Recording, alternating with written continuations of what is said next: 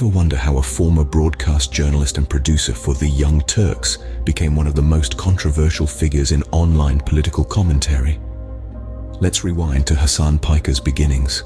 Piker cut his teeth at the Young Turks, a progressive news and commentary program, where he honed his skills in broadcasting and political analysis. From there, he made a bold leap, transitioning to Twitch, where he streams for 8 hours daily. This move was more than just a career shift. It was an opportunity for Piker to carve out his own space in the world of political commentary.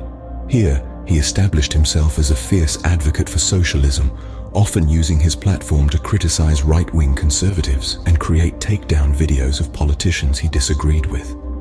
His charismatic persona and unapologetic viewpoints quickly garnered him a large following.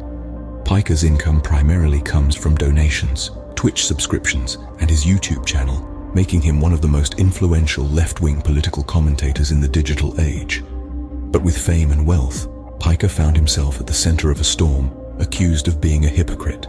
What happens when a staunch socialist buys a $2.7 million home in West Hollywood? You can feel the collective gasp reverberating across the internet.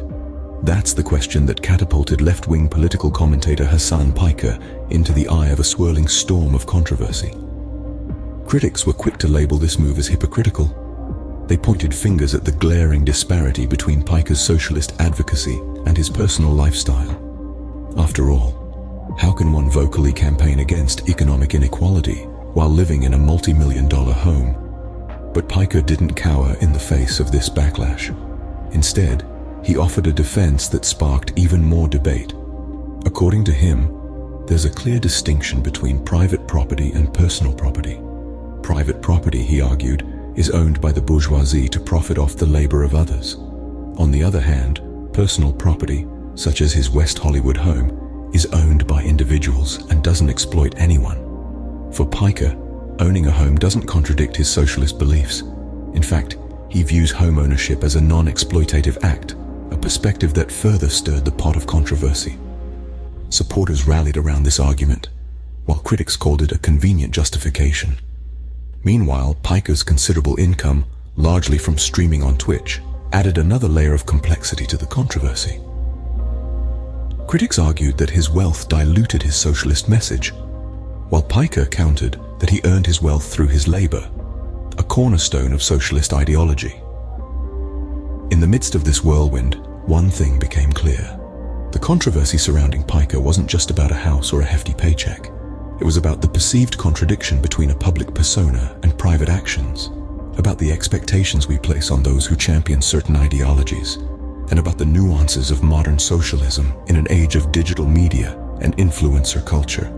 But the controversy didn't stop there. When a data leak revealed Piker's income from streaming on Twitch, the accusations of hypocrisy intensified. Suddenly, the affluence of this left-wing commentator was laid bare for the world to see, and it wasn't mere pennies.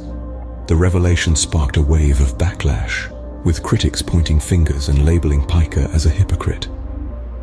Here was a man, they argued, who advocated for socialism while sitting on a substantial income. How could someone who speaks so passionately about wealth redistribution, about the evils of economic inequality, be so wealthy himself? It seemed to many a glaring contradiction, a betrayal even. But Piker did not shy away from the controversy. Instead, he responded with a defense that was as simple as it was bold. He earned his wealth through his labor. In his view, he wasn't a capitalist exploiting the proletariat. He was a worker, rewarded for his work. But does this defense hold water? After all, Piker is not a factory worker or a farmer. His labor is not physical but intellectual. He earns his keep not by producing tangible goods, but by producing content. Yet, he argues, his labor is still labor. He puts in hours, he creates, he produces, and for that, he believes he should be compensated. Piker's beliefs on capitalism are also worth examining. He holds that capitalism is a system that exploits workers, a system that concentrates wealth in the hands of the few, while leaving the many to struggle. He advocates for taxing the rich more, for redistributing wealth to create a more equitable society. Yet, Piker himself is rich. He lives in a multi-million-dollar home. enjoys a lifestyle that many of his viewers can only dream of. This, critics argue, is where the hypocrisy lies. How can one rail against a system while benefiting so greatly from it? How can one condemn wealth while basking in its comforts? So does Piker's wealth and lifestyle make him a hypocrite? This is the question we must grapple with, the question that lies at the heart of this controversy. And it's a question that's not as straightforward as it might seem. Let's take a step back and reevaluate. Is Hasan Piker really a hypocrite? It's easy to point fingers when someone who champions for the less fortunate acquires wealth. But it's worth remembering that Piker argues his wealth is earned through his own labor, not through exploitation of others. He differentiates between personal property and private property, arguing that home ownership isn't inherently exploitative. Yet, the question remains, does the ostentatious display of wealth dilute his message? Or is it rather a misconstrued perception of what socialism and progressive ideologies entail? Piker's situation has sparked a broader discussion about the nature of wealth, power, and the role of influential figures within left-wing ideologies.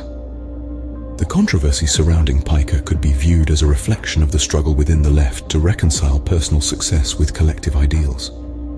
It raises questions about the effectiveness of ideological purity versus pragmatic compromise in achieving societal change. This debate is not limited to Piker, but extends to the wider discourse on the left's strategy to reclaim power and wealth from the elite. In the end, it's up to you to decide. Is Hasan Piker a symbol of hypocrisy or a misunderstood advocate for change?